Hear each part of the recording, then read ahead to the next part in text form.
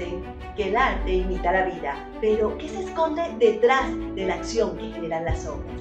Bienvenidos al Reflejo del Artista, el lugar donde las mentes creativas encuentran para hablar sin filtros. Cada semana un nuevo invitado nos abre la puerta a su universo. Hablaremos de sus logros, sus aprendizajes después de un revés y sus miradas únicas sobre el mundo del arte y sus dinámicas. Soy Leida Mora y en este espacio vamos a explorar las vidas, trayectorias y pensamientos de los creadores de nuestros tiempos en el mundo del arte. Bienvenidos. Hoy celebramos nuestro episodio número 10 en El Reflejo del Artista y lo hacemos regresando a la raíz, al lugar donde el paisaje se convierte en identidad. Nuestra conversación de hoy nace en Paracotos, en el estado Miranda, y es desde esta tierra de neblinas y crónicas profundas de donde surge la visión de nuestro invitado, Eduardo Zambrano. Es desde este rincón mirandino de geografía serena y crónicas por descubrir de donde emerge la sensibilidad de nuestro invitado. Eduardo es un profesional que ha sabido maridar la estructura técnica con el alma de la historia.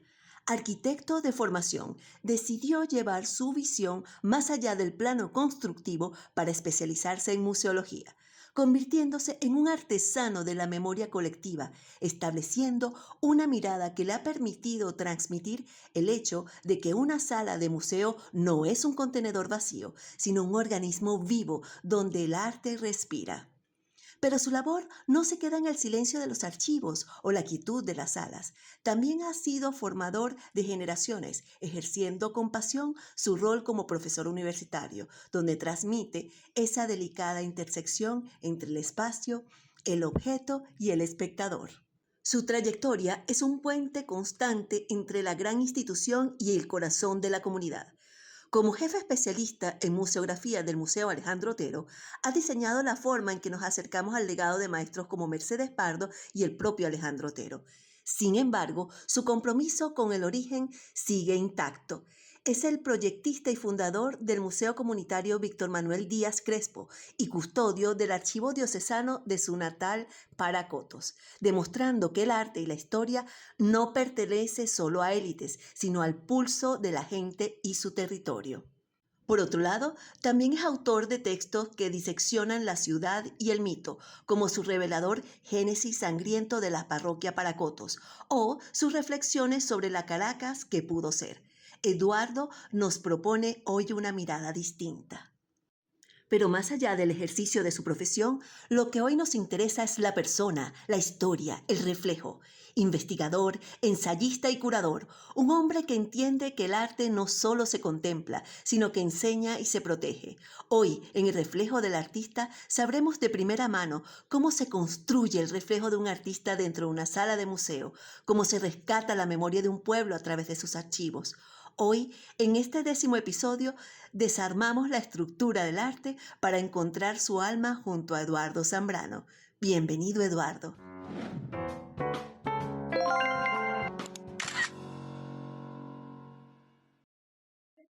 Bueno, hoy de nuevo con un capítulo en el reflejo del artista. Estamos en el Museo Alejandro Otero, en Sala 3, con Eduardo Zambrano. Eduardo, bienvenido al reflejo del artista. Ay, gracias, Leida. Gracias por la invitación. Gracias por esta iniciativa tan bella y tan necesaria en el ámbito cultural nacional. No, muchas veces el público no tiene contacto con los artistas, no tienen contacto con los técnicos que hacen posible los procesos expositivos, tanto en galerías como en museos, que son instituciones más grandes, y eso es sumamente importante. Esta experiencia eh, vivencial, técnica, eh, personal, las pasiones se reflejen y lleguen al gran público, que son los que disfrutan y para los que estamos, pues, para los que se montan estas exposiciones y para los que los artistas trabajan. Gracias, gracias. Es así, y con esta introducción, imagínense lo que viene. No se despeguen, que venimos con el capítulo 1.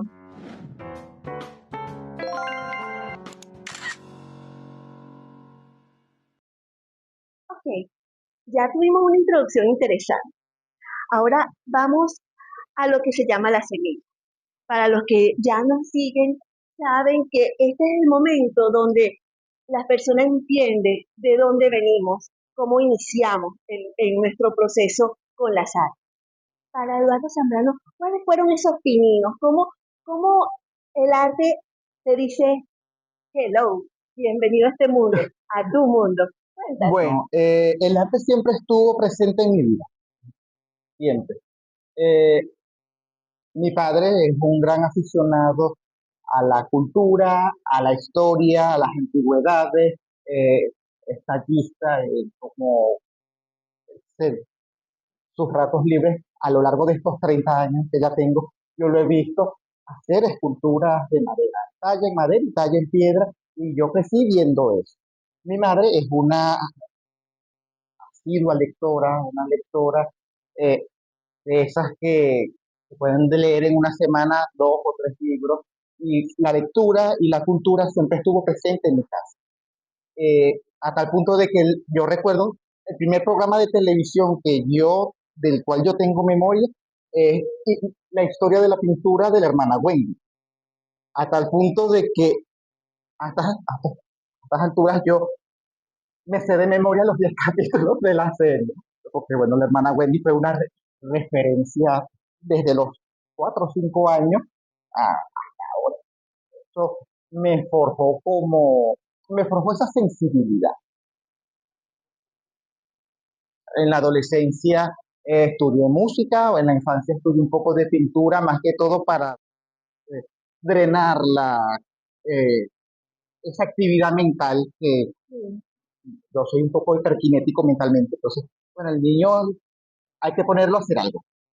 sí, ese es el típico. Eh, hay Hay que que ponerlo a ponerlo, hacer algo. que Ok, le suelte, gusta que dibujar, suelte. vamos, yo soy de Paracoto, un pueblo del estado Miranda, y bueno, todos los pueblitos tienen sus maestros populares que imparten clases y exponen en estas casas coloniales, son sus talleres, y a los 5 años, bueno, vaya con el maestro Hernán para que le enseñe a dibujar.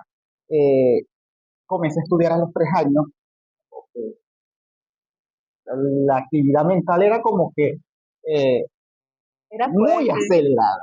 En la adolescencia estudié música, estuve en la orquesta sinfónica tocando el violín, después a la par bailaba, hice ballet mucho rato, hasta que comencé a trabajar en el mundo cultural, y después, bueno, a los 15 años, uno dice, ok, salgo del liceo, ¿Qué voy a hacer? ¿qué voy a hacer? Eh, Está la famosa prueba del CNU, la prueba OXU, meta sus 3 opciones, y Ay, esa prueba uno es. como que, bueno, usted ha sido seleccionado para estudiar arquitectura. ¿Cuáles opciones metiste? Metí arquitectura, metí historia, ¿Del arte? mención historia del arte, metí eh, también letras. La tercera fue Ok, letras. totalmente humanista, Eh, excepto la arquitectura. sí y no, Quizás. sí y no. Y de repente, bueno, el resultado de septiembre fue: usted ha sido seleccionado para estudiar arquitectura. Alabado sea, amén. Y así llega el arquitecto. Claro, uno llega a la arquitectura. Yo elegí arquitectura porque era la disciplina eh, técnica más sensible, más vinculada a las bellas artes. Eh, Ahorita aquí en Venezuela no, la arquitectura es una carrera que tiene Sí, sus como propias facultades, pero la bien arquitectura estructurada. bien estructurada, pero en el viejo continente y otras, en otras escuelas a nivel internacional, la arquitectura, la escuela de arquitectura siempre está vinculada, o es una escuela dentro de la gran escuela o la academia de las bellas artes. Y yo dije, bueno, Gerardo, pues vamos a estudiar arquitectura. Si me preguntas, ¿volvieras a estudiar arquitectura? No, no volvería a estudiar arquitectura.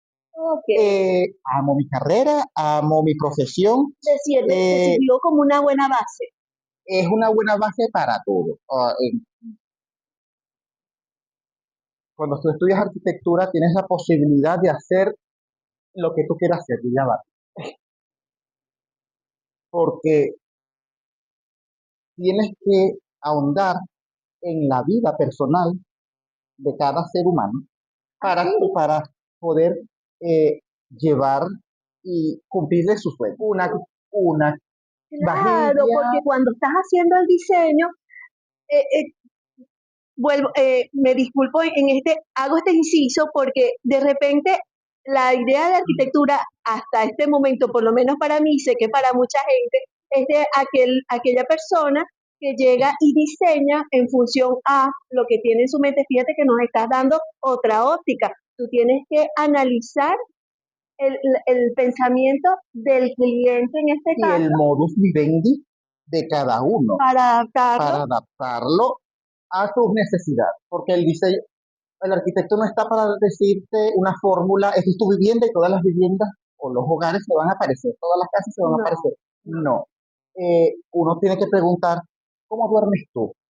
¿De qué lado de la cama? ¿Te gusta el calor? ¿Te gusta el frío? ¿Eres alérgica? ¿Qué te gusta? ¿Cuál es tu color preferido? ¿Por qué? mira que me estás cambiando mi idea de arquitectura totalmente. Qué ¿Eres zurda o interesante. eres diestra? ¿Qué te gusta hacer? ¿Tú tejes? ¿Tocas algún instrumento? ¿Te gusta leer? ¿Eres deportista? ¿Eres bailarina? Eh, ¿Cuáles son tus necesidades? Llora. El clima te pone sensible. ¿Eres adepta a algún estilo artístico? Para, ¿Con qué pintura vivirías tú si tuvieras la oportunidad de tenerla en tu casa?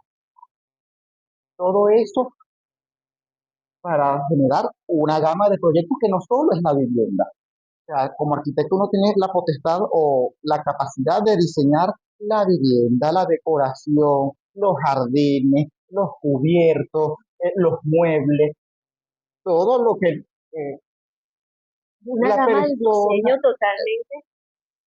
y por eso eh, te da un abanico de posibilidades desde el diseño editorial hasta el urbanismo.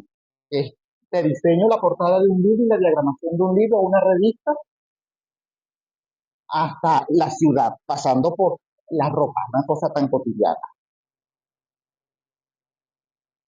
Ok, sabiendo esto y entendiendo el tema de todo lo que tu visión sobre la arquitectura, que definitivamente esto va a cambiar muchas perspectivas de esa profesión. Una pregunta curiosa y que de repente los que están en el área técnica les extraño, ¿no? ¿Por qué planteas la alternativa como primera opción, que fue la que elegiste al final de arquitectura?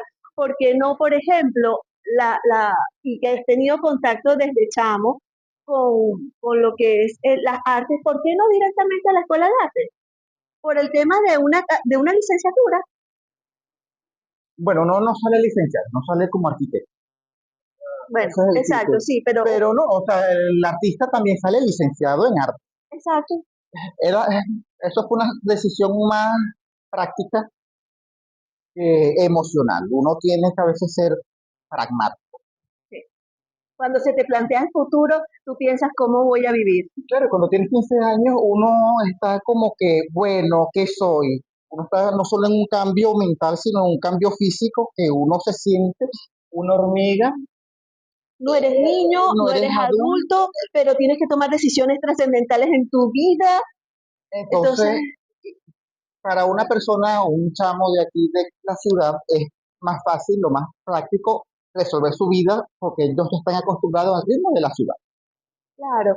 Ah, claro, es que Cuando, tú vienes de o Paracoto. sea, cuando un muchacho de 15 años te dice tienes que levantarte a las 3 de la mañana todos los días y regresar a las 11 de la noche eh, de una ciudad a la que desconoce, eh, A la tienes que selva hacer, de concreto. uno dice como que, wow, ya va. Y que bueno, cuando yo entré a la escuela de arquitectura, era el menor, el que menos eh, me llevaba 7 años, Claro, 10 porque es que años. te gradúas de paso muy joven, porque el promedio de graduación es 17, 18 años. Lógico. Aquí vamos a hacer de nuevo otro paréntesis. Para los que no conocen nuestra geografía, Paracotos es un pueblo, sí, es un periférico de la Gran Caracas.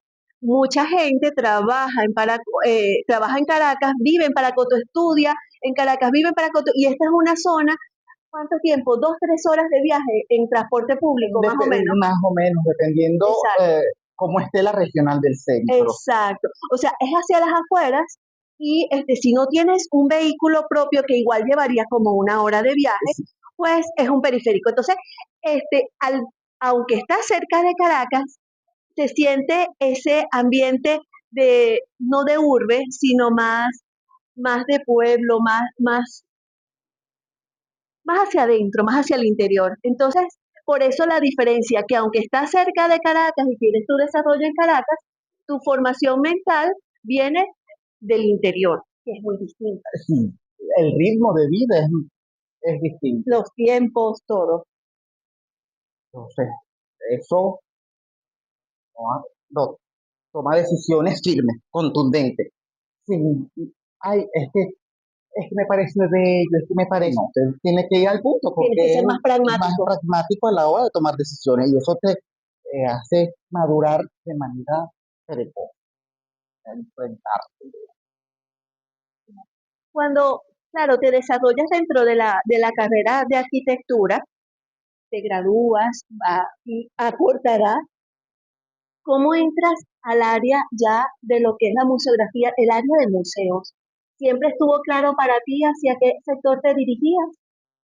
Sí, yo, como ya les he dicho, ya te he dicho, yo siempre he sido de una vocación cultural desde pequeño, desde chamo. Cuando me graduó de arquitecto, eh, di clases en escuelas, di clases en liceos, di talleres, seguí bailando y en las salas de Teresa y en las salas de UNEARTE había espacios expositivos donde los estudiantes de pintura, de escultura, de fotografía, finalmente presentan su presentación, cierre de curso. Ok. Y bueno, como una gran comunidad artística, todos colaboramos con eso, me gustó. Y como yo ya tenía un poco de conocimientos de la altura, la visión, Porque ese es bueno, otro elemento que te da la arquitectura, la la espacialidad. especialidad, Ujú. eh, me, me gustó. Estudié un poco fotografía. Eh, la fotografía es una disciplina de que siempre va como con la arquitectura así, que te da, capturas el espacio. O sea, ahorita con la inteligencia artificial y el Photoshop y la cosa, puedes editar el espacio como tú quieras, pero la fotografía es una cosa mágica que te permite ver y detallar posteriormente lo que no viste en el sitio. Y eso es una cosa maravillosa. Eh, para ese entonces, la Fundación Museos Nacionales estaba buscando, bueno, llenar las vacantes en distintas áreas y yo me postulé, porque yo ya conocía la historia del arte, ya visitaba muchos los museos desde siempre. Mi vida cultural ha sido bien nutrida, gracias a Dios, gracias a mi familia.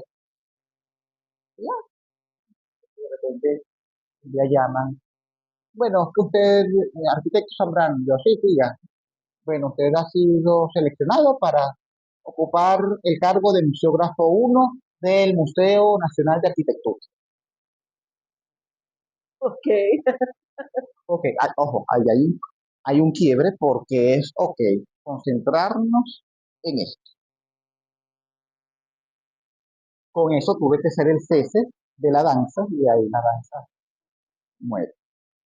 Y volvemos, mi hermana dice que para tóxico llamen a mi hermano. ¿Pero por qué? Porque es que a qué persona natural, normal, se le ocurre, voy a estudiar música, ¿qué? Violín, ok, y se mete y estudia violín. Y va a bailar ballet, ajá, sí, va a estar en el ballet, ok, y aprende, ok. Y después va a estudiar arquitectura. Son tres cosas súper disciplinadas, súper rígidas. rígida a nivel disciplinario, a nivel de Claro, exigencia. claro. O sea, es algo que te exige compromiso 100%. O sea, no hay una actividad complementaria allí que no tenga que ver con... No. No. Y mi hermano es el hombre más tóxico del mundo, mi hermano. Porque el mejor y el peor crítico de Eduardo Zambrano es Eduardo Zambrano. Y eso eh, me ha llevado hasta donde estoy ya ahorita. Eh, la autoexigencia, no la perfección, pero sí la excelencia Lo mejor que de puedes lo con que lo que se tienes. puede aportar, porque no es la excelencia de mí para mí, es la excelencia de lo que uno hace hacia el público que escucha, hacia el público que disfruta el movimiento, y en este caso hacia el público que eh, visita las instituciones y ve las exposiciones, disfruta las exposiciones. Entonces uno tiene que brindar lo mejor de sí. Entonces, cuando dicen, no, que Eduardo es un bicho, no es que sí, pero servicio, pero es que soy bicho porque yo me autoexijo y a veces le exijo a los demás como me exijo a mí. Y a veces uno tiene que ponerse la visera y decir, oye, no, ellos no son Eduardo, Eduardo, tú eres Eduardo, date tú. Y llevar la cosa como es. Eso pues me hizo, eh, me curtió un poco en la piel, porque el mundo cultural no es fácil. O sea, La disciplina no es una de sus fortalezas.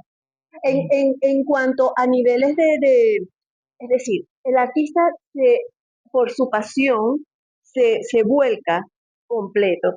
Sin embargo, tiene unos tiempos distintos y unos manejos distintos. Entonces es fuerte cuando alguien viene a poner control o un estándar de horarios, de entregas, de funcionabilidad en lo que piensa. Entonces, claro, esa estructura no es sencilla. no, y que bueno, los museos tienen otra estructura y otros protocolos sumamente exigentes. A mí me encantan, porque, y a mí no se me hace ajeno porque vengo con un, dos, tres, cuatro, un, dos, tres, cuatro. Exacto. A veces entiendo que uno es muy rígido, sí, yo puedo a veces ser rígido, pero es que, bueno, hay protocolos que uno no puede Evadir. evadir. Así llegué al Museo de Arquitectura, un museo chiquitico, y habíamos tres personas, director y tres personas, fue un periodo muy bello, nutritivo. Conocí a personalidades como Domingo Álvarez, el arquitecto Domingo Álvarez, maestro de la museografía, una persona amable, jocosa, ocurrente. En los momentos de más estrés, él siempre sacaba una cosa y uno se reía como que, ay, señor Domingo, pero siempre enfocándonos eh, en la... Al rato dije, bueno, esto me gusta, esto me conforta, eh, es un privilegio porque tener las colecciones de un país a tu disposición de consulta y bajo la responsabilidad de tu resguardo y de tu cuidado, sí, te da miedo, pero es una cosa maravillosa. Uno aprende viendo, manipulando lo que se debe hacer, lo que no se debe hacer. eh, Aprendes de tus colegas de las distintas áreas y eso es maravilloso. Ahí decidí, dije, me voy a especializar en museología. Y los estudios en museología en la FAU, en los talleres, ¿no? Sus cortes de especialización. Al año de estar allí, recibo otra correspondencia y me dicen, usted ha sido eh, trasladado de museo. Caramba. Sí, usted va al Museo Alejandro Otero. Oh, el mar. ¿Y dónde queda el mar? Usted se baja en la rinconada y camina. Usted pregunta y camina. Yo, en la rinconada. Ah, ok. ¿A qué se dedica el arte contemporáneo? El arte contemporáneo, aún estando en el Museo de Arquitectura, mi parámetro de arte llegaba hasta Picasso, o sea, Ok. hasta el cubismo. De ahí para acá, eso no existía. ¿Qué es eso? ¿Qué Y es eso en de la arte? parte conceptual, la parte de los nuevos parámetros. ¿Qué hace? ¿Qué es eso de arte contemporáneo? Por Dios. Y otro corte, ¡pum! Entonces, dice, ok, ciclo, un nuevo ciclo se abre. Vamos a ver qué es el arte contemporáneo.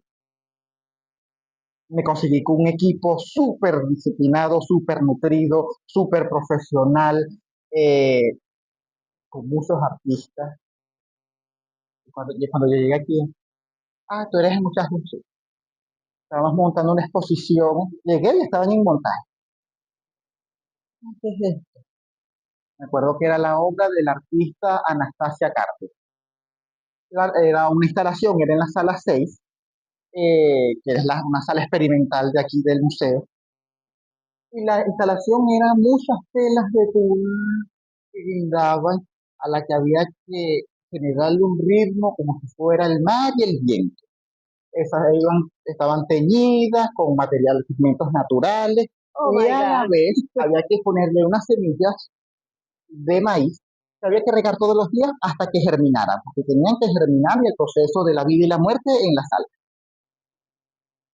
Yo me acuerdo que cuando yo entré, Sonaron cosas cayendo de la mente.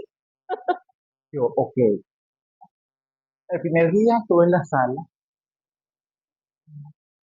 comprendí, ya, esto tiene texto, sé que está el texto, ok, el texto curatorial, sí, las obras son estas. Eso era un programa de residencias artísticas que tenía el Museo Alejandro Otero para ese entonces. Anastasia era la tercera artista residente que tuvo la institución. Yo que, bueno, era ese monto. El primer día fue terrible porque Anastasia fue a la oficina de dirección y dijo, ¿usted cómo me va a mandar un muchachito con cara de cura a sala que solo me mira? El Bienvenido. director le dijo, eh, sí, él es el nuevo museógrafo del museo y él se encargará de tu montaje. ¿Cómo así? Pero es que si ese niño cara de cura es el museógrafo de la institución. Acaba de ser enviado por la Fundación Museos Nacionales en un traslado. Entiéndete conmigo.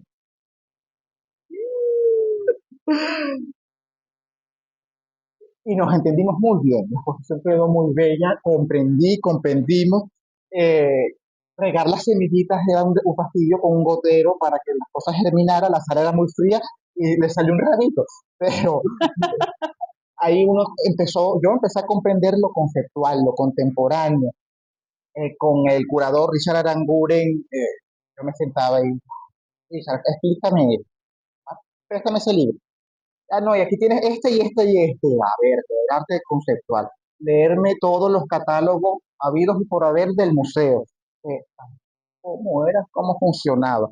Con el personal de registro, con Edith Peña y de conservación, a José Rodríguez, eh, visitar los depósitos y a ver cuál es nuestra colección, cómo funciona, cómo se monta, cosas, objetos, eh, Claro, porque o- es una mirada totalmente distinta a lo que estás acostumbrado en lo tradicional. exacto, O sea, te rompieron todos los coroticos de la cabeza, te pasaron una planadora. exacto. A la par estaba cursando la especialización en museología y eso era cuchillo por aquí, cuchillo por allá, cuchillo por aquí, cuchillo por allá.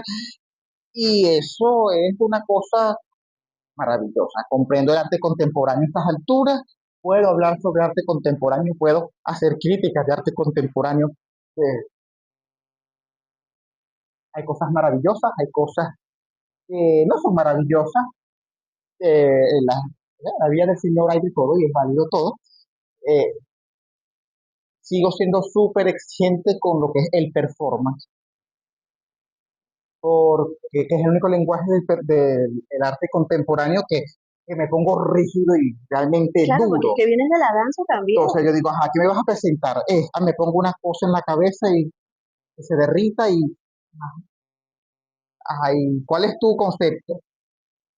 Es arte. No, no, no es arte. Usted tiene que manejar el cuerpo, usted tiene que manejar la técnica. Usted es de teatro, usted ha hecho danza, usted sabe cómo es la expresión corporal. Ah, sí, ok. No, tienes que aprenderlo porque performance es cuerpo. Entonces, cuando vienes de una escuela tan rígida como el ballet, entonces como que, ya, Eduardo, bueno, oh, cuidado que ya viene Eduardo. Eduardo, vamos a cortar aquí porque te me estás metiendo en Honduras. Y señores, vamos con este caballero muy polifacético, con esa rigidez que Mm, fluye, que aprende, tomando nota sobre que nada está escrito y siempre los cambios son para positivo cuando se hace con disciplina y con compromiso y estructura. Vamos al capítulo 2, donde veremos más desarrollo de esta mente que tiene mucho que decir.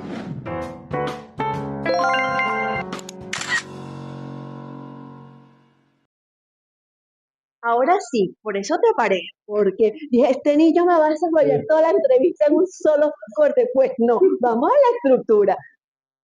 Con el proceso creativo, como hablábamos tras cámara, es lo que muestras en tu desarrollo, es el hecho de haber integrado todos esos elementos que has estudiado, como tus mismas palabras lo especifican, con excelencia, pero que has ido acoplando de una manera muy orgánica que pareciera inherente a lo que es tu ejecución de trabajo, pero no es así, porque va más allá. Lo interesante es cómo tú has ido moldeando la carrera a tus formaciones anteriores sin desplazarla. Porque aunque dices, la arquitectura la dejé, realmente está presente en cada instante, cuando ves los espacios. La parte del ballet, el conteo, el músico, que tiene otro tipo de conteo y otra estructura, el incluso ritmo. física, es correcto. Y cuando ya vienes a la parte de la museología y la museografía, el investigador es ese que ha estado muy, muy presente en ti en todos los desarrollos que hemos visto. Tú no te has limitado a lo que se da en cátedra, sino que viene la profundidad. Entonces, ya dándote paso a lo que es el desarrollo de tu proceso creativo como museógrafo. ¿Cómo se desarrolla tu tiempo en trabajo? Cuando te llega una propuesta, ¿qué sucede en ese momento cuando te integran al equipo de trabajo? Bueno, la museografía no es una actividad aislada de las demás disciplinas de un museo. Cuando llega el proyecto, se discute. O sea, el museo es una mesa con cuatro patas, literalmente. Cuéntanos. Registro, conservación, investigación y museografía. Esas son las cuatro patas.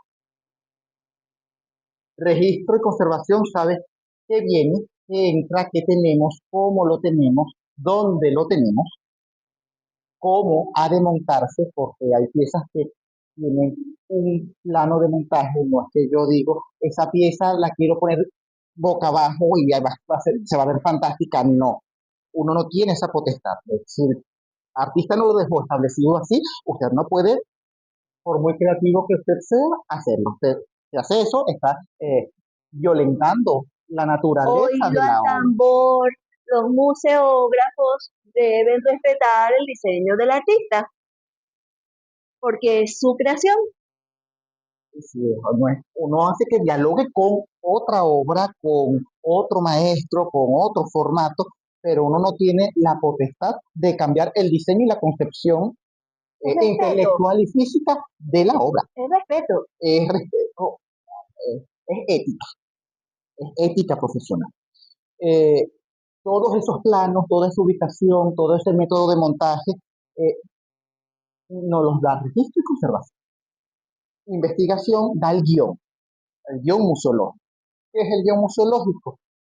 la lista de obras seleccionadas a participar en la exposición, el diálogo, tiene que tener una pieza con otro, y la investigación, que puede ser de 3 cuartillas hasta 100 cuartillas, porque las investigaciones son tesis. Las investigaciones y las exposiciones en los museos son procesos académicos. Las exposiciones no nacen de, es que a mí me gusta esa obra y me gusta aquella y las voy a juntar. Eso no es curaduría, eso es colgaduría, que es otra cosa. Otra Una, cosa. una curaduría puede llevar desde 3 meses hasta 4 años de labor de por qué es la obra, qué es la Juega obra, más un por qué, tiempo que un tiempo. exacto, por qué tengo el diálogo de esta obra con aquella.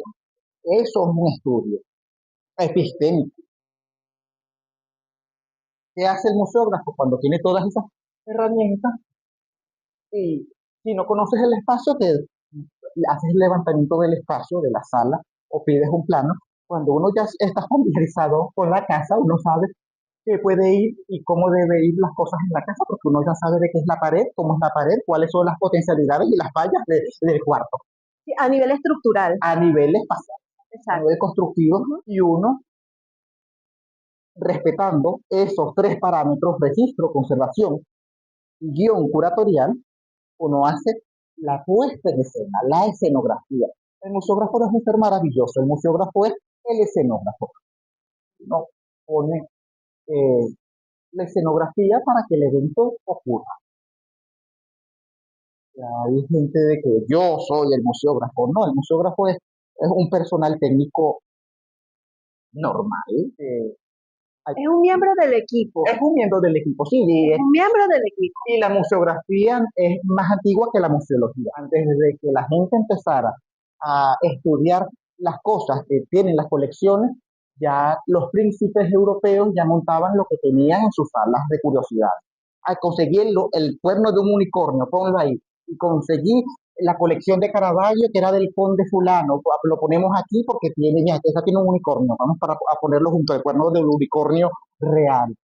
Tengo la piel de estas bestias africanas, así la ponemos aquí para que la Sí, museografía, de una manera, digamos, instintiva quizás, sí, pero funcionó en su momento, pues. la museografía en ese sentido es mucho más antigua que la museología. Y en Venezuela la museología, teniendo en cuenta de que el museólogo, que la museografía es parte de la museología. El museólogo tiene la potestad y la capacidad de hacer guiones curatoriales, escribir a morir, hacer los montajes, diseñar los montajes, supervisar o asesorar sobre los procesos de conservación preventiva, eh, puede registrar colecciones, puede diseñar los espacios. Por eso la especialidad en museología de la FAO está en la Facultad de Arquitectura, porque tú ahí tienes la capacidad desde diseñar el museo hasta registrar los objetos que vas a tener en ese museo. Y eso es maravilloso. No te quedas nada más en el montaje, sino que el montaje es un abanico de actividades. Por eso el museo es una mesa de 4 patas, porque las 4 patas son el registro, que sabe, y es el corazón del museo, porque sabe qué hay, cómo está y dónde está y cuánto vale. Los recursos con los que se cuentan.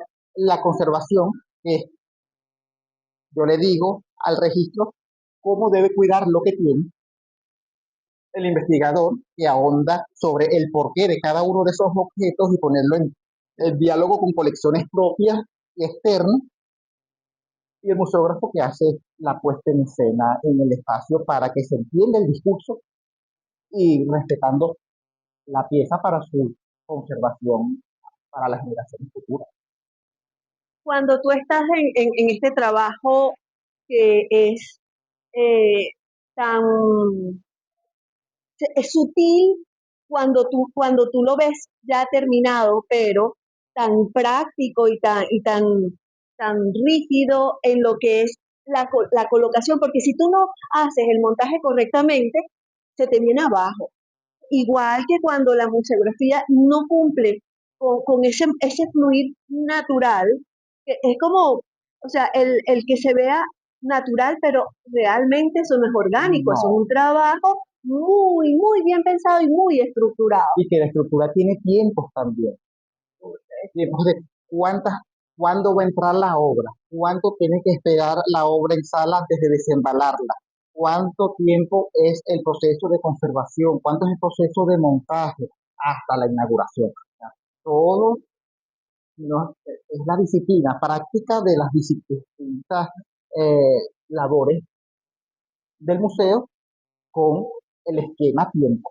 Claro, y que te das cuenta de inmediato a través del público cuando el trabajo se ha logrado de una manera este, bien lograda, es decir, más natural, bien orgánica, que las personas sientan para lo que fue diseñada, porque de otra, pues es eso, es colocar elementos en un espacio que estén allí, pero la museografía es la que le da esa vida.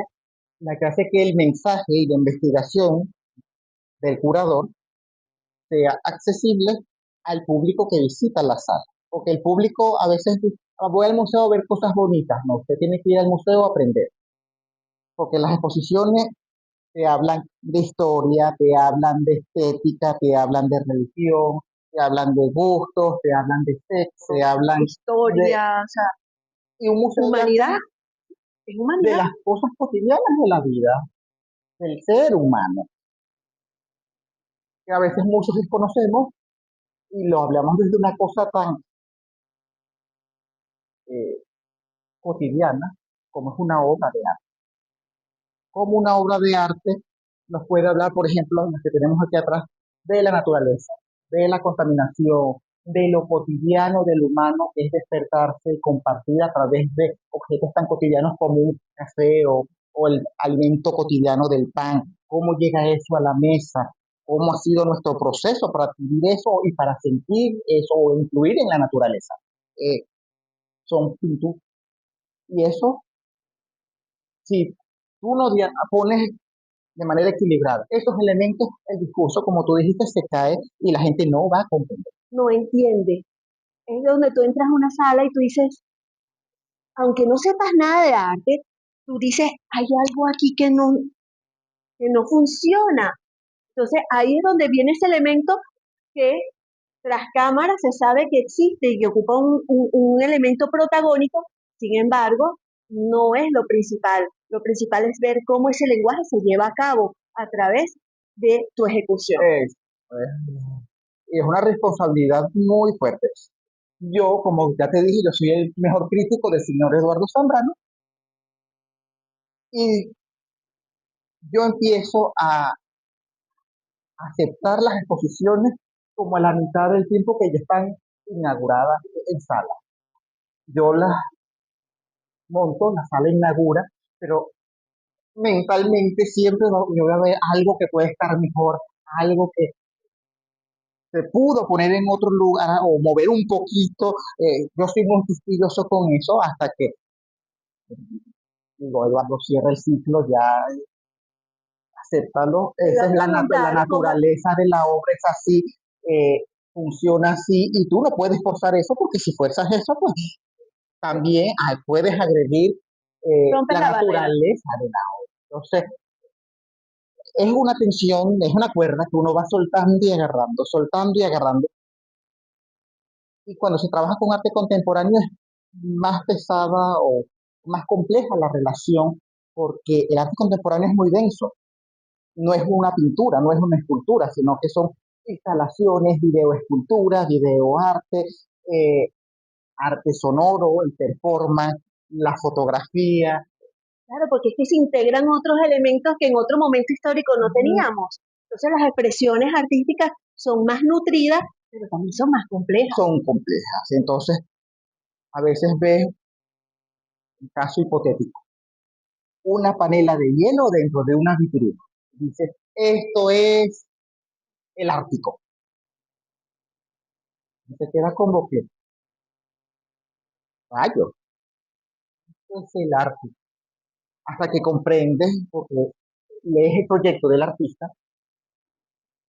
y comprendo. Ojo, esto es una exageración, Sí, sí, pero pero sí pueden haber aspectos donde te paras, que si tú no lees la declaración o conoces el trabajo del artista, es más complejo poder llegar a esas profundidades de expresión. y por eso es obligatorio que investiguemos, siempre tengamos que investigar,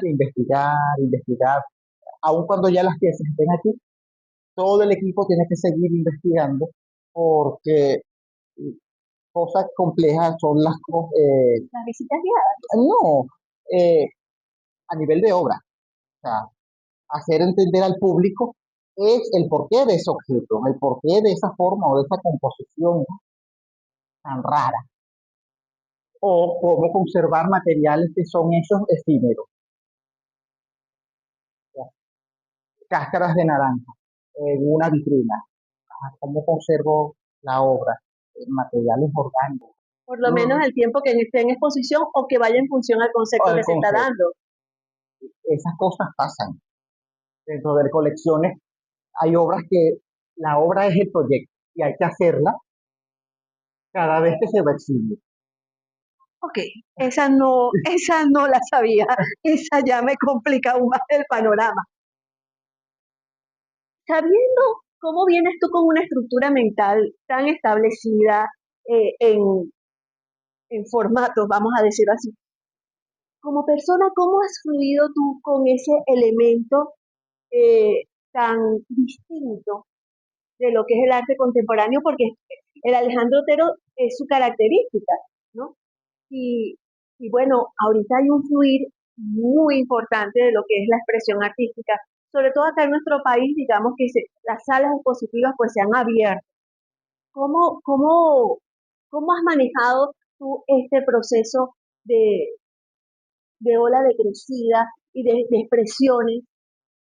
Formándome, investigando, leyendo, viendo. Hay que ver mucho, hay que ver y leer para reconocer lo bueno de lo malo. Tu formación no ha parado nunca, es No, permanente. y cuando uno está en un medio tan dinámico y tan exigente como este, la investigación siempre va a ser obligatoria. No das nada por sentado. No, las cosas no están dadas siempre Oído de al manera definitiva. tambor, tenemos aquí mucho que ver. Lo que hoy tú das por sentado, mañana es una utopía o una realidad que funciona o no funciona. Y por lo tanto, si no funciona, se cambia. El artista tiene la capacidad de evolucionar, porque el arte no es estático. Hoy estás haciendo una cosa, de esa cosa que estás haciendo hay un elemento que te llama la atención, te gusta desarrollar, y después ese elemento lo sigues desarrollando y tu perspectiva cambia.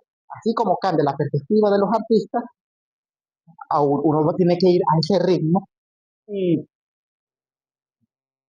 no llevar la delantera, pero sí estar consciente de que los procesos son orgánicos, son permanentes. No es un ciclo de que comienza y termina. No hay principio y fin. Es más que un círculo, es un resorte. Que Es va en evolución. infinito, infinito, infinito. Como una reticularidad de yoga. Cuando ves que llegas a un ángulo, viene una onda orgánica y pasas a otro estado del espacio. Así es el arte y así es la vida eh, de los investigadores en general, no solo de los museos, los investigadores.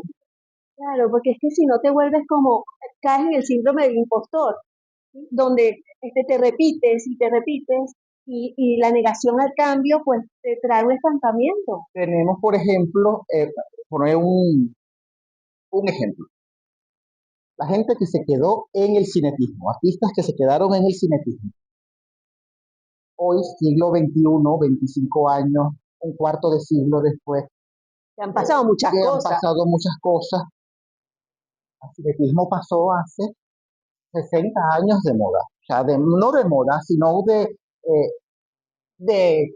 de pico, gloria. O sea, el cinetismo respondió a una modernidad que ya no existe. O sea, desde los Ya no es moderno. ya no es Se moderno, llama moderno porque está instaurándose. ya la modernidad pasó a otro plano. Ya desde los 60, 70 y 80 la realidad es otra. Sabemos que la bomba atómica puede acabar vidas así, que tenemos pandemias todos los días, que aparece un virus nuevo, que la humanidad es finita. Más allá del mito moderno de que la humanidad es la salvación, es la perfección, es lo puro, Eso es relativo. hemos comprendido de que lo que mueve al mundo, más allá de la vida, es lo tanático.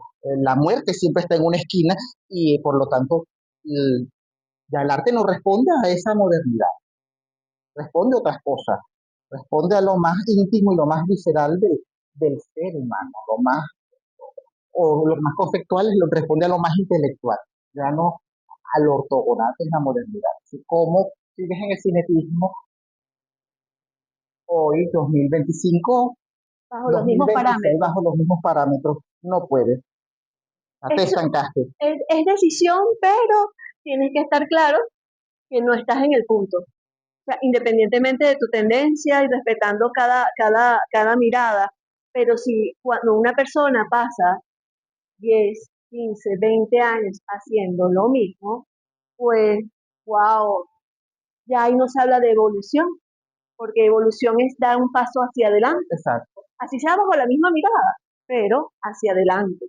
Entonces, qué interesante. Y, y es bien rico saber que también la parte de, de museos está en esa misma mirada, porque hasta los materiales han cambiado. Somos más orgánicos, ya la permanencia en el tiempo ya no es un elemento determinante para forjar un arte o no. Existen los elementos efímeros. Está la tecnología día a día Eso ha avanza sido un un paso elemento más importante, y ha sido positiva, ha sido negativa en otros aspectos. como todo. Eh, Hay mucho miedo, sí, como cuando salió la máquina de coser, las costureras tenían miedo. ¿Cómo no? Cuando salió la máquina de vapor, los coseros tenían. Es otra manera de ver el mundo. Otra con inteligencia artificial, que todos nos vamos a quedar sin trabajo. No, eso es un monstruo que al monstruo se alimenta. ¿Y quién lo alimenta? El que sabe. Lo puedes alimentar para bien o lo puedes alimentar para mal. Eh, pero siempre estará la inteligencia natural, que siempre va a ser mejor, siempre va a tener la sensibilidad, siempre va a ser eh, tener el espíritu. Una máquina, por muy avanzada que sea, nunca va a sentir nada. Tiene Una, mente, pero el sentir humano es intrínseco de humanidad. y la mente es relativa, la máquina tiene la mente que tú le des. Claro, tienes que nutrirla. Y en función a eso, ella va hacia el sentido que tú le orientes. El ser humano crece y se desarrolla por su sentir, por sus requerimientos biológicos y sus requerimientos emocionales. Señores, aquí no sé para dónde van, Eduardo, pero estás dando un vuelco interesante y nos está sirviendo de plataforma para muchos que están allí que quizás, tal vez, se salen del parámetro de lo establecido como costumbre, como normal, como aceptado. Arriesguese a romper el molde. Este es el tiempo, siempre es el tiempo, cuando se decide evolucionar, ¿cierto? Claro, siempre hay que apostar al progreso personal. Si no hay progreso personal, no puedes aspirar a un progreso colectivo y no puedes empujar a otro. Siempre tienes que partir de ti. Y sobre todo, para poder saber hacia dónde avanzar, tienen que saber de dónde vienen y eso solo se logra con estudio y dedicación. El que no estudia, el que no se prepara, es imposible que avance con buen pie. Eh,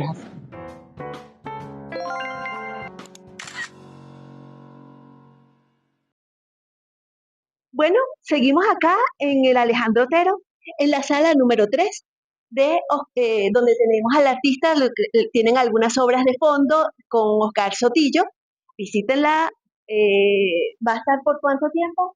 Va a estar por 4 meses, va a estar 4 meses. aproximadamente hasta febrero o marzo. Para este momento todavía están a tiempo. Estamos grabando ahorita en diciembre. Sin embargo, si febrero estamos al aire, así que pueden visitarla, la van a disfrutar mucho. Alejandro Otero tiene mucho que ofrecer. Y hablando de lo que es la sala y tu desarrollo de vida que nos has venido narrando, todos esos cambios evolutivos que has venido procesando y amalgamando, para Eduardo Zambrano, aquí venimos nosotros a los altibajos, ¿no? A veces estamos en la cresta de la ola y a veces nos reseca la ola, la arena y a veces la cabeza por debajo de los niveles del mar. ¿Habría para ti alguna situación, un evento, un proyecto que tú hayas dicho, wow, me monté en la cresta de la ola? ¿Tienes algo allí en tus récords que podrías decir a estas alturas? Porque este es un pavo, ¿eh? A estas alturas hemos tenido varios proyectos súper importantes. Este, el primer proyecto fue llegandito aquí al museo, que fue un estudio de la colección que se llamó Icónica, un estudio de la colección donde tuvimos en sala desde el gran tapiz de Regulo Pérez, colección del Museo de Bellas Artes, la primera obra de la colección Fundación Museos Nacionales que me tocó montar en este espacio, hasta grabados de Durero, Andy Warhol, las Marilyn de Andy Warhol, tuvimos obras de bueno, El espejo de la habitación de Arturo Michelena, que era una exposición interesante que el curador intentó contraponer las distintas posturas de los íconos, a nivel político, a nivel religioso, a nivel estético, el encuentro del yo con el yo y las otras proyecciones del yo. Fue una exposición maravillosa, eh, fue maravillosa. Ocupó dos salas, ocupó la sala 2 y la sala 3, que es donde estamos en estos momentos, muy grande, grande formato, mucho trabajo. El tapiz de Regulo Pérez es un tapiz que mide 3 metros por 2, enorme. Estaba montado, bueno, el señor museógrafo decidió montarlo a 5 metros de altura. Eh, Había de Bellas Artes también, un Mickey Mouse de Manolo Valdés, pesaba 400 kilos, 2 por 2 O sea, también, se la jugaron 2 completitas en por esa vuelta, 2, ¿no? que iba también a otros 2 metros y medio de altura. Se sudó mucho, siempre se suda mucho, pero el resultado fue maravilloso, fue maravilloso. En aquella época teníamos también como instalación problemas técnicos. Ahorita ya no tenemos porque hace un año se restauró las instalaciones del museo y ahora contamos con un sistema de iluminación renovado, el aire Aire No, no, las acondicionado, salas están espectaculares, y eso espectaculares. mejora mucho el aspecto. Sin embargo, la- los proyectos del MAO siempre han sido de De alta gama. de altos estándares, porque el equipo es un equipo de altos estándares. O sea, el equipo de registro, de conservación, de investigación, son un equipo fenomenal, que se se ha gestionado lo necesario para que los proyectos siempre salgan. Otro gran proyecto que tuvimos fue el centenario de Alejandro Otero y Mercedes Pardo, las posiciones Iluminaciones, eh, obras de Alejandro Otero y Mercedes Pardo. Por primera vez eran dos antológicas en donde las obras de uno y otro dialogaban en distintas etapas de la vida, porque recordemos que Alejandro Otero y Mercedes Pardo no solo fueron dos grandes artistas del movimiento abstracto geométrico venezolanos, los padres del arte moderno en el país, sino que de paso fueron esposos. Entonces, vincular a esposos que cumplían años, 100 años el mismo año. Entonces, era vincular la obra de ambos y a la vez dar una generalidad de lo individual. O sea, eso Y fue ponerlas a dialogar sin que se perdiera la individualidad de cada uno, ¿no? El pensamiento, la estructura, Eso, la identidad. esa investigación le llevó al museo casi 4 años. Es decir, la investigación, la curaduría estuvo coordinada por Richard Aranguren, con la colaboración curatorial de Vilena Matos, que era la investigadora del Museo de Arte de la Estampa y el Diseño Cruz 10, de Rigel García, que para entonces era la curadora del Museo de Bellas Artes, y Eduardo Zambrano, que es el museógrafo del MAO. Se hizo la selección, se hicieron muchas visitas a los distintos depósitos de los museos para ver las obras in situ. eh, pues hizo vinculación con la Fundación Otero Pardo, y eso fue una experiencia maravillosa, de muchas más, un proyecto macro.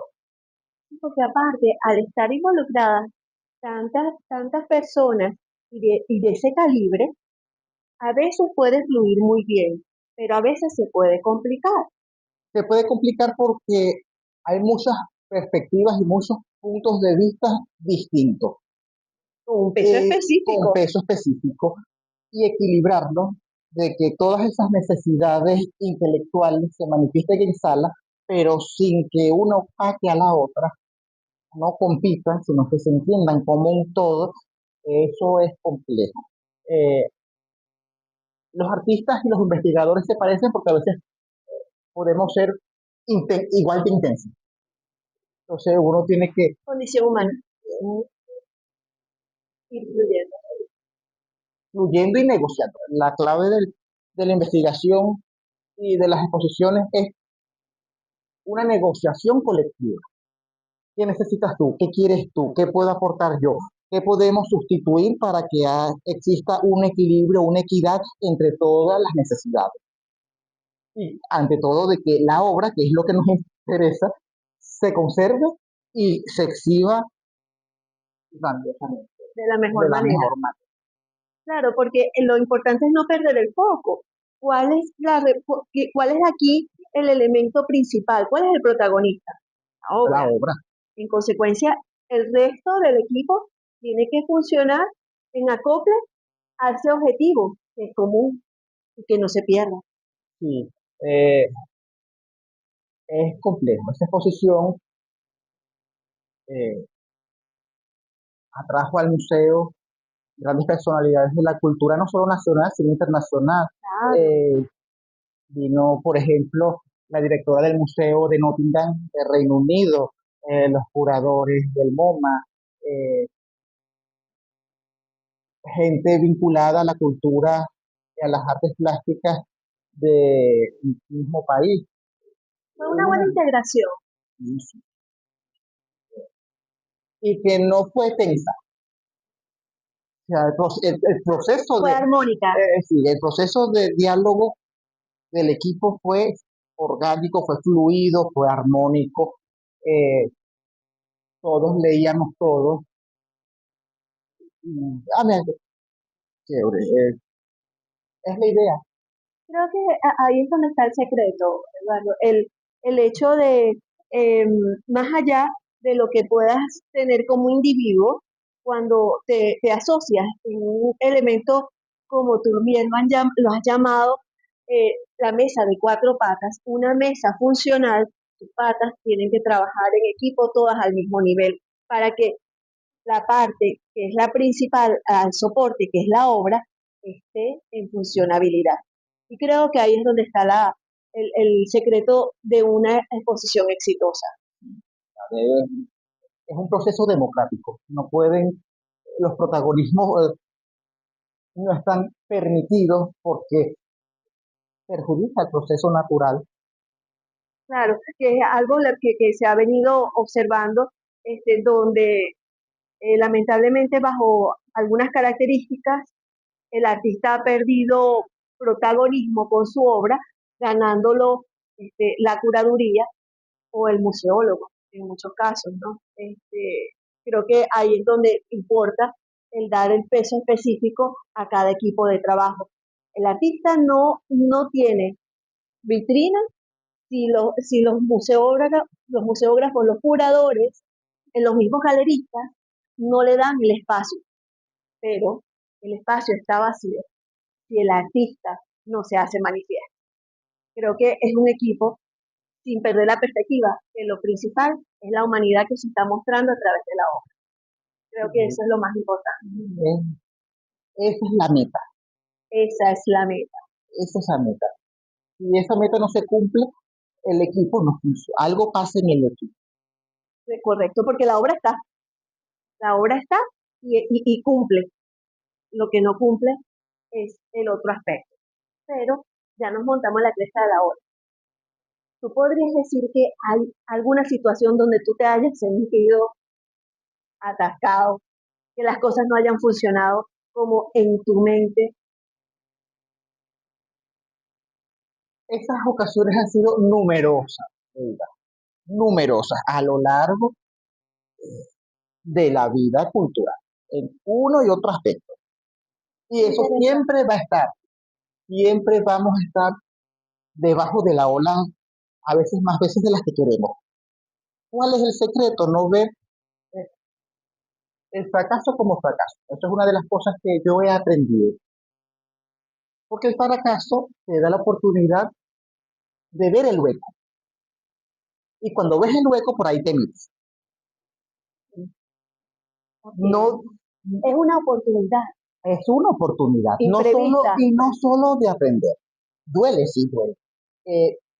Puede que la moral te la ponga por el piso y te digas que Dios mío, ¿qué es eso? Sí. Pero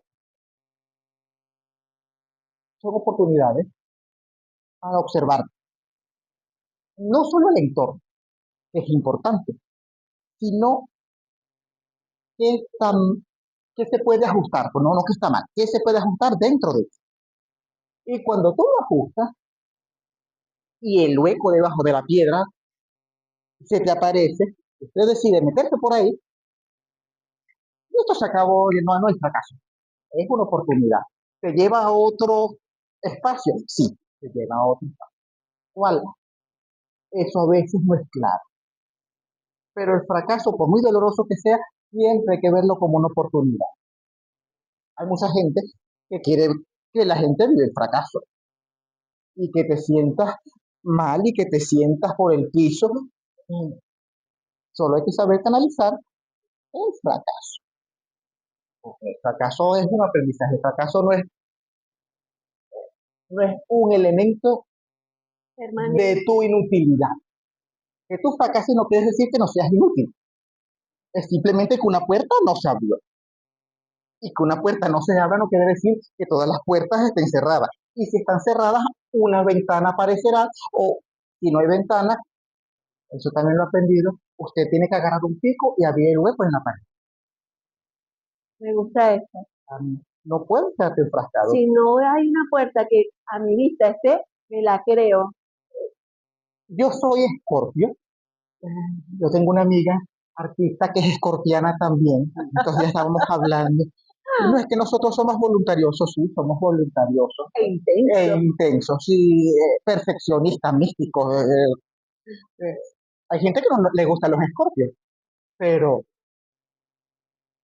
somos voluntariosos y cosas que han fomentado esa cualidad en mi persona es todos estos años de disciplina. Ay, que la pared no tiene hueco.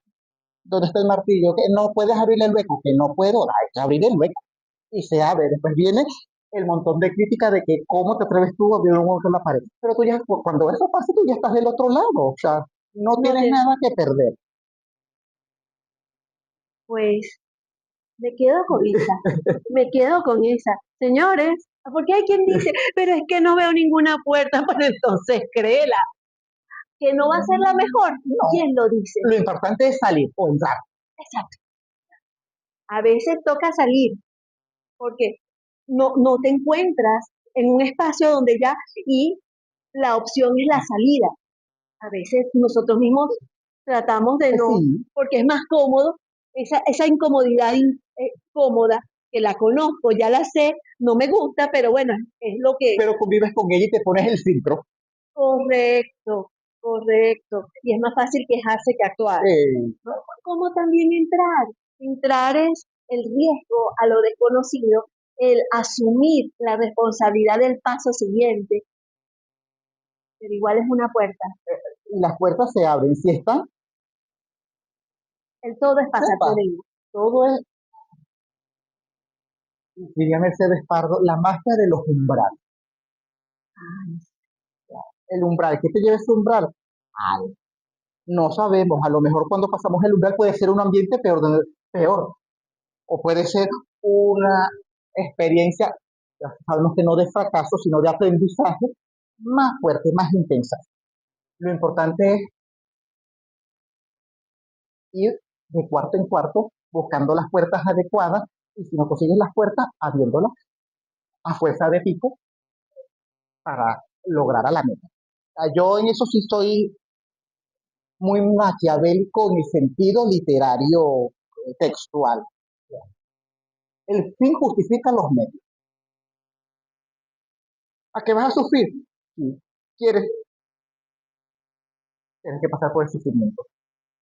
Ah, tienes que deshacerte de algo, eh, un elemento que te molesta, porque te incomoda. Bórralo. Ah, no lo quiero borrar, súfrelo. El fin justifica los medios. Siempre hay opciones. Y si no las hay, se crean. Nos quedamos con eso. Estamos en esta parte que es realmente la representación de nuestro logo, que es el reflejo, el espejo. No, no el espejo nos permite vernos a través del otro, bajo la mirada que nos permite la superficie. Algunas miradas son amables, son fidedignas, son nítidas, otras son distorsionadas, son no tan claras, dependiendo sobre donde decidamos enfocarnos. Para mí, el, el reflejo es la mirada o como nos ve el otro, el entorno. ¿Verdad? En un espacio donde la emocionalidad, la, la, la, la transmisión de sentimientos, de humanidad y un trabajo en equipo, porque el trabajo de una sala jamás va a ser solitario. El pensamiento pudiera, sin embargo, el puesta en escena es muy difícil pensar en una individualidad. ¿Cómo te sientes tú ante la mirada de los otros, tus compañeros? Porque tú tienes mucha relación no solo con los compañeros, con el artista, con el público. Te he visto que tienes mucha interacción en visitas guiadas, te he visto con charlas. ¿Cómo te manejas en ese entorno del otro? Bueno, yo soy una persona muy pedagógica, por algo de clase. Sí, sí, te he visto, Me gusta. No soy el alma de la fiesta, no me considero el ser más social. Y a veces no el más amable cuando puedo ser social. Yo, y una cosa que también uno tiene que ir limando, yo siempre he sido muy frontal y a la gente a veces no me gusta que uno le diga las cosas de frente. Y eso también hay que limarlo. Pero creo que mi relación con mis compañeros de trabajo ha sido de intercambio de conocimiento. Como te dije al principio, he tenido la suerte de caer en un equipo súper disciplinado, súper consciente, súper conocedor de la metódica y de los procedimientos, de los protocolos, eh, y eso es una cosa maravillosa. Aquí aprendí en el MAO a ver y a interpretar y a conocer y a hacer crítica del arte contemporáneo. que no es cualquier cosa. Que eso, bueno, no lo aprendí en una universidad a través de libros que también he leído y también pasé por la universidad, sino de ver gracias a este tipo en persona, en situ, las obras, claro. Y no cualquier obras, eh, sino obras de importancia mundial. Y tenerla frente a uno y decir, esto es por esto, esto viene de tal ideología, es tal técnica, esto se conserva de tal manera, la importancia en la historia del arte universal radica en esto, o en la historia nacional radica en esto. Y acá, el Mao, más allá de la especialización en museología, el Mao ha sido mi escuela, el equipo ha sido mi escuela. Eh, yo también he aportado mis necedades, porque yo, yo admito, yo puedo ser muy necio, no me parece, ¿por qué? Por esto, por justificarlo siempre, porque Bueno, siempre una mirada franca se eh, agradece, la verdad. y hemos fluido muy bien estos 8 años, así, una escuela, eh, ya ahorita cumplo 3 años en el cargo de jefe especialista en museografía, y eso es una responsabilidad. Cuando tienes 28 años, 27, 28 años, y ya llegas al tope profesional en una institución, tú dices como que, wow, después dices, qué miedo, porque es una responsabilidad, Un es un compromiso. compromiso. Eh, También es una especie de premio por el trabajo, y eso se agradece, pero el premio viene con trampa. Entonces, porque es más responsabilidad, es que dar más de ti, tienes que seguir formándote. Y a veces cuando me preguntan, "Ay, cuando tú te jubiles", y yo, me jubilo a los 60, me faltan 30, no creo, no me veo, juran que no me veo jubilado a los 30 años. Pasan Bueno, rápido, pero cuando tú amas lo que haces, la palabra jubilación creo que no está dentro del vocabulario no, no, posible. no, no. Y a estas alturas creo que menos, a nivel No, personal. a medida que vas viendo, te vas abriendo campos de posibilidades, que las mismas personas que te rodean te lo muestran.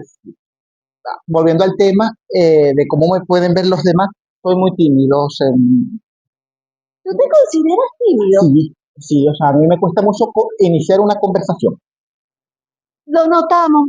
Está clarito aquí. A mí Él le costó muchísimo arrancar. no, o sea, no, o sea, por eso cuando me entrevistan, no, pregunta, yo te contesto, pero ¿qué opinas tú? Tener que comenzar una conversación siempre se me ha dificultado. Yo soy más de escucho, veo, Sí, eres observador. analizo, y después dialogo, hago, opino. Pero iniciar esas relaciones verbales son muy difíciles. Por eso yo prefiero escribir. Me facilita Ah, escribir. Escribo, porque esa es, creo que la manera que yo he aprendido a poder vincularme con el otro, a través del placer intelectual. interesante. Soy tímido. En clases se me dificulta iniciar clases, pero sin embargo, prepararse en un salón frente a 50 estudiantes, cada semestre un grupo nuevo, es bueno, Pero claro, después que rompes el hielo, fluye y avanzas. fluye, Claro. fluye. Es como las relaciones con los perros. O sea, tú no puedes yo les tengo pánico a los perros. Así. Sí, pero si tú les demuestras el miedo, ellos te atacan. Claro. Entonces, esa ha sido mi relación con la gente. Después, cuando una cosa fluye, fluye. Eres gatuno. Soy gatuno, sí, Claro. soy 1000% gatuno.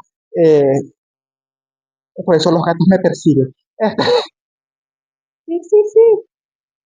Bueno, es que a medida que uno va observando a las personas y la naturaleza, uno se da cuenta porque hay especies que se vinculan más hacia las personas que otras. El perro es más dulce, más cariñoso, más afectivo, más demostrativo. El gato, sin embargo, se ve distante, pero sus sentimientos son sumamente profundos. Pero dame mi espacio. Sí, sí, es eso. Es importante respetar los espacios. A mí me gusta respetar los espacios de las otras personas, porque yo soy muy intimista. O sea, yo puedo llevar una libreta de notas, pero esa es mi libreta. Si yo veo a alguien que está viendo mi libreta, no es porque diga algo o diga nada, sino que No, es tuya. sale el gato. Soy muy territorial. territorial, o la parte individual. Sí. A veces con lo colectivo,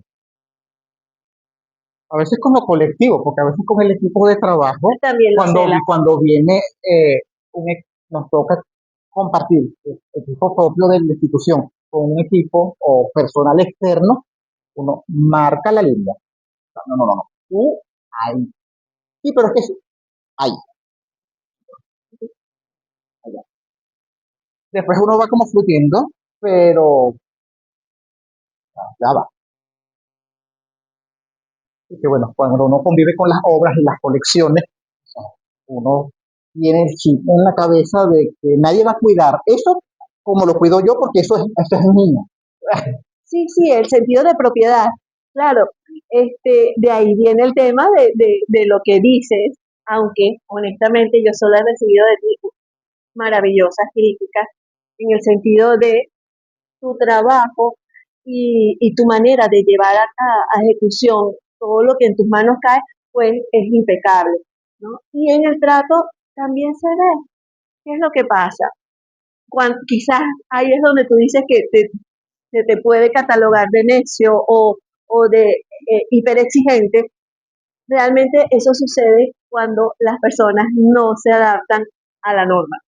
Entonces, claro, entra el choque. Hay personas que no les gusta que les digan las cosas aunque estén haciéndolas de manera incorrecta o que no se adapten a un determinado ritmo. Eso es válido, Sí, es válido. eso es válido. Sin embargo, pues, desde afuera te digo que de verdad la gente siempre habla de ti con mucho cariño Ah, y qué bueno. bueno, a la vista está que estamos conversando por recomendación de amigos. Ah, qué bien. Habla con Eduardo. Tienes que hablar con Eduardo. Y yo sí, ya, Eduardo Zambrano anotado. Entonces, creo que es interesante. No todo, no, o sea, si todos fuéramos el alma de la fiesta, pues sería una fiesta bien complicada, Sí, porque hay alguien que tiene que decir hasta qué hora acaba la fiesta y qué es lo que hay que ordenar en la fiesta y qué es lo que no se debe hacer en la fiesta. tal cual. Sí, no, Para todos hay un espacio. así como cada lugar tiene una ropa, un modo de vestir y actuar, así son las personalidades. Y es válido. Cuando hay choque, uno, en lo personal, trato de sacar el Eduardo pedagógico.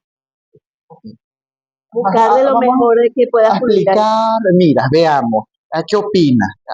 Bueno, y ahí empieza eh, el proceso de nutrir mutuamente las opiniones hasta que la cosa se nivela. Claro, porque eres observador y la observación también da la escucha y la posibilidad de abrirse a, a, al otro, pues eso crea un campo de trabajo armónico y eso solo es posible a través de la ecuanimidad, ¿no? Entonces, creo que ese reflejo hay que analizarlo y verse bien cuál es la superficie que tenemos aquí. Pues sí, es así. Nos vamos hacia el otro lado del espejo. Ok.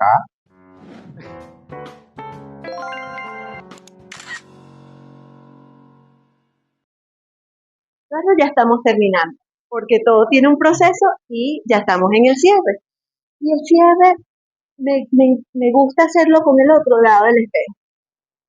El otro lado es el que nadie ve, pero es la capacidad que tenemos los humanos de vernos hacia adentro, hacia hacia nuestro interior, hacia nuestros requerimientos, nuestros recuerdos, nuestros anhelos.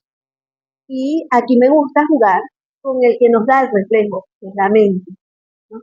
Nos vamos hacia el pasado y nos vamos hacia el futuro. Es lo único que el humano puede hacer a través de su psique y ver, visualizar, hasta soñar, todo es válido, evocando o imaginando. Cuando me voy hacia el pasado, si tuvieras la oportunidad de ir hacia atrás, hacia esa etapa de tu vida, te doy la oportunidad de ir a hablar con ese yo de ese momento que tú consideraste que quizás, tal vez, una palabra, hubiese hecho una diferencia. ¿Qué le dirías a ese Eduardo de años atrás? El tiempo es el límite, o sea, usted, año cero, 29. Si yo me encontrara con mi yo de hace algunos años,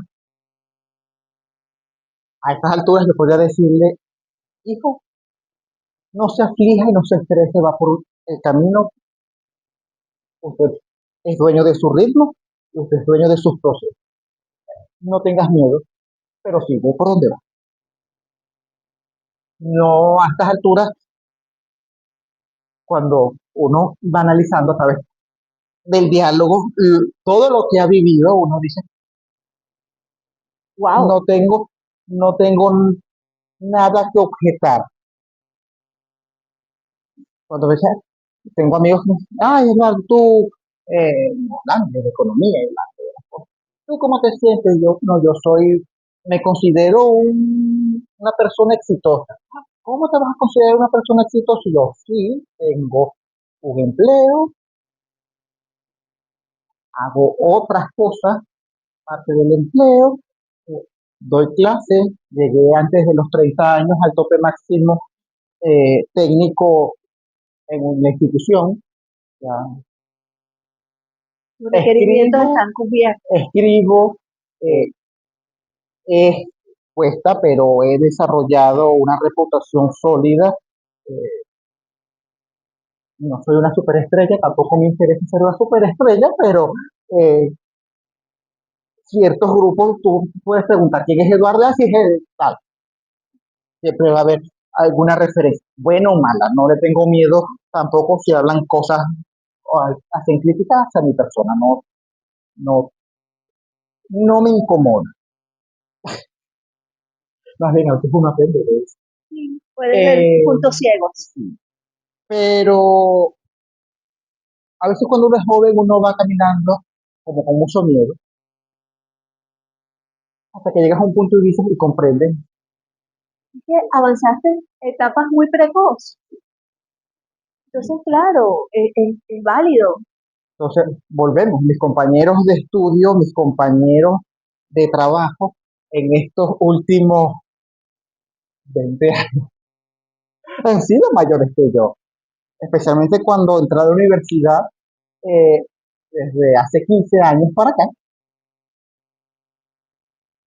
Mi entorno es un entorno que es mucho más maduro, mucho mayor En edad. en edad. Viendo a este niño precoz que avanza en el tiempo, pasamos ya por nuestro presente. Hemos avanzado, hemos conversado algo del futuro, pero como el futuro es algo intangible que solo podemos imaginar, visualizar, planear, soñar, hasta ahora es gratis, espero siga así. eh, Sé que no te ves con una jubilación, ¿no? Hablar a esta edad de un elemento como ese es precoz. Pero, ¿cómo te ves? ¿Qué planes? ¿Qué podemos esperar de Eduardo Zambrano a futuro? El tiempo que usted decida. Aquí estemos. A futuro. Hablar de futuro es complejo, Ley, es complejo. El futuro es incierto, el futuro no existe, el futuro no Es existe. intangible, Eh, ¿Cómo me veo yo? te dejo soñar. No, pero es que más que soñar, yo, como te dije, la arquitectura te permite ser Barbie, tú puedes hacer lo que tú quieras hacer. Y a estas alturas, el Eduardo del futuro podría hacer lo que quisiera hacer. O sea, no me cierro, no me niego, siempre voy a estar abocado a la función cultural. Eso no va a salir de mí porque yo soy un ser cultural, desde la arquitectura. Pero en el futuro yo podría estar desde dirigiendo una empresa de diseño o una cosa de diseño hasta encerrado en una ermita, meditando en un monasterio, leyendo manuscritos. O sea, no me cierro, hay muchas posibilidades de O eso. sea, tú eres de los que le dice a la vida, sorpréndeme. No, tampoco Ah, porque Ese es arma doble Es filo. una arma de doble filo. Sí, pero siempre me gusta llevar un control. La vida te da las cosas, No sueltas el lápiz. pero no suelto. A estas alturas no es el lápiz, a estas alturas es el cuchillo, porque en este medio uno ha aprendido O sea, no de aceptas mala, bondador. de mala manera tener siempre el cuchillo en la mano. O sea, ¿cuál es la respuesta? Bueno, el cuchillo yo lo puedo utilizar para pelar un melón, para pelar una naranja. Ah, tú vienes para acá. Pero con el cuchillo jamás tienes vuelta atrás. No, el cuchillo es una cosa definitiva. Y eso es yo soy muy radical en esas ¿Vieron qué cosas. escorpiano es? ¡Qué Yo soy, ponzoñoso! sí, cuando las relaciones, por ejemplo, las relaciones, cualquier tipo de relación, cierra. O sea, Eres se acabó. definitivo. Si me considero una persona sumamente rencorosa, eh, lo que murió, murió. O sea, para atrás después, ay, es que veo a través de eso como un vídeo, no existe ya. Claro, uno pasa por el proceso del duelo, pero sí soy controlador en ese sentido. No, la vida sorprende, sí. Bueno, vamos a ver si esta puerta me conviene. Abro la puerta, me asomo y voy con mi cuchillito O sea, tú eres en de la las fiestas penumbra. sorpresa, pero ya más o menos sé por dónde tú vas. O sea, yo sé de las fiestas sorpresa, pero tengo que saber quiénes son los invitados.